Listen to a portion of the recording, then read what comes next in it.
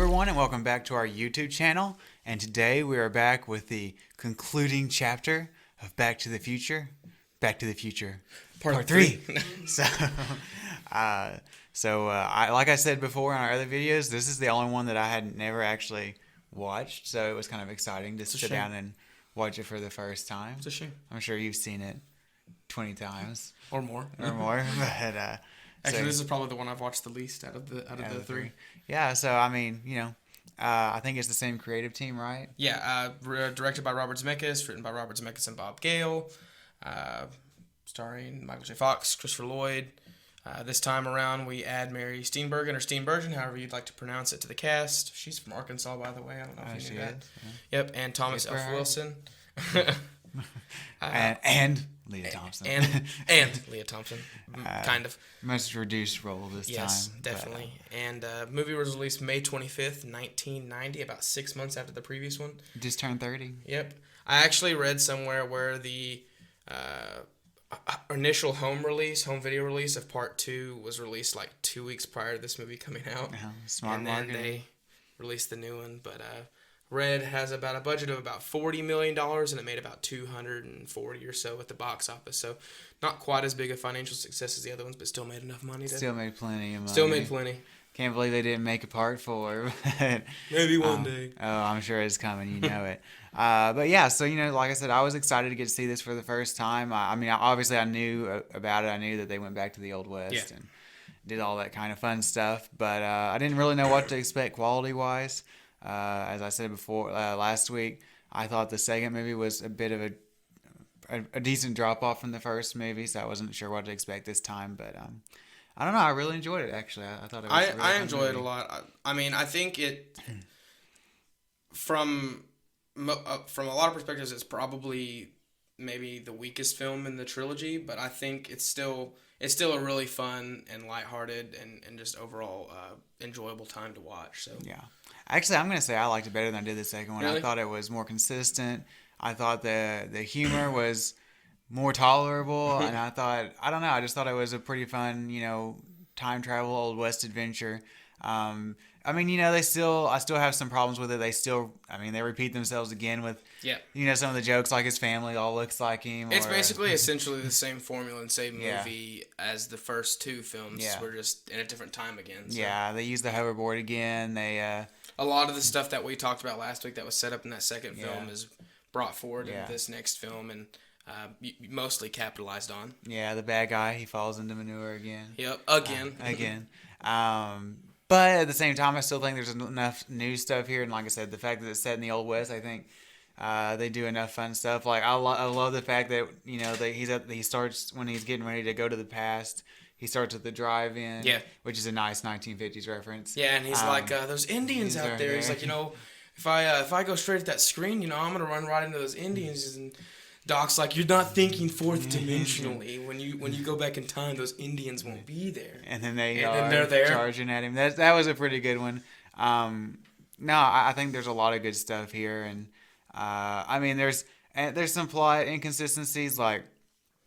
A few plot holes too. I think it's a stretch to believe that Doc could build a time traveling steam engine. Yeah. Where did he find the technology to do so? Because he would have had to construct the time machine in 1885.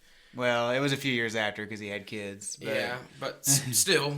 But it's a fun little in-stinger to this trilogy, so I'll forgive it for that. I think some of the effects this time around, mostly good. There's a couple sketchy ones here or there, yeah. I think the train, the stinger at the end with the time traveling steam engine. It's not the best. Not the best looking thing, but again, 1990. It's not distractingly bad or anything. No, I think they still do a really good job with it. I was actually really impressed with some of the sets they built. This Old West town. Yeah, they built. As far as I'm aware, they built the entire set on the back lot of Universal. So yeah, it looked really impressive. Which they did that with all three movies. They built the town on the back lot. Yeah, just like the other movies, the sets were really impressive. Did they really crash that steam engine off that ravine? It's possible. Or was it a model? I don't know. It looked really good, no matter whatever they did. So, but yeah, overall, I think it's still a really enjoyable time.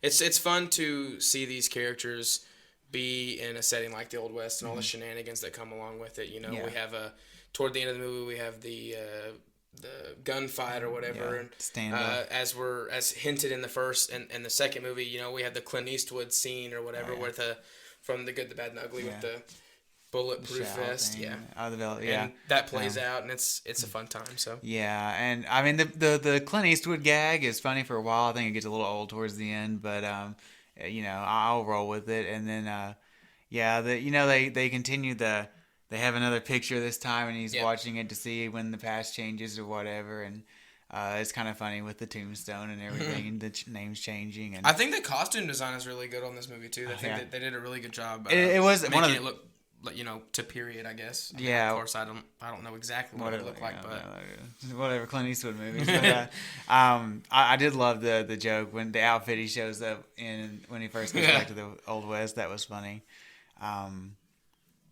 But all that being said, is there anything else to say about this movie? I don't know. I think it's just as fun, entertaining, and enjoyable as the other movies. I mean, if you enjoyed those, you'll enjoy this one. Yeah, it's basically the other two movies just set in the Old West. Just set in the Old West. I mean, yeah. So, are we ready for Let's go buy for it, it, stream it, or skip it? You wanna, since you're the big fan, you wanna? I'll go conclude for it. I'm gonna say it's another buy it for me. Like I've said, I think it's a pretty good way to round out the trilogy. I enjoyed a lot. It's fun to see, like I said, these characters go back into a setting such as this, and the fun and shenanigans and the hijinks and whatever that comes along with it. I think it's still pretty well written. The comedy's still funny to me, and I've always really enjoyed it. I do think it's probably the weakest, but not by any large margin at all. I think they're all pretty much on the same level. Just a couple flaws here and there, and a couple plot holes here and there that might bring it down below the other ones, but overall, I think it's a really good movie still.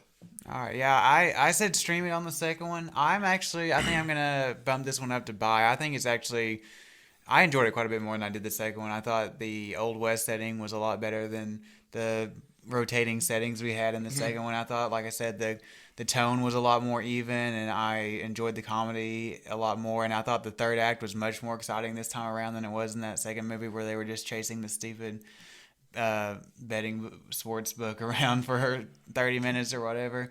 So I enjoyed this one quite a bit more. I'm going to bump this one up to buy. It's still not as good as the first one. Obviously, it lacks that originality that the first one did. It still copies a lot of this. I mean, it's very formulaic by this point, a lot of the stuff they do. But no, I think it's a fun time travel / Old West adventure. And Definitely. I think it's a good conclusion to this trilogy. I really enjoyed it. For sure. So I'm glad I finally got around to watching it. There you go. So.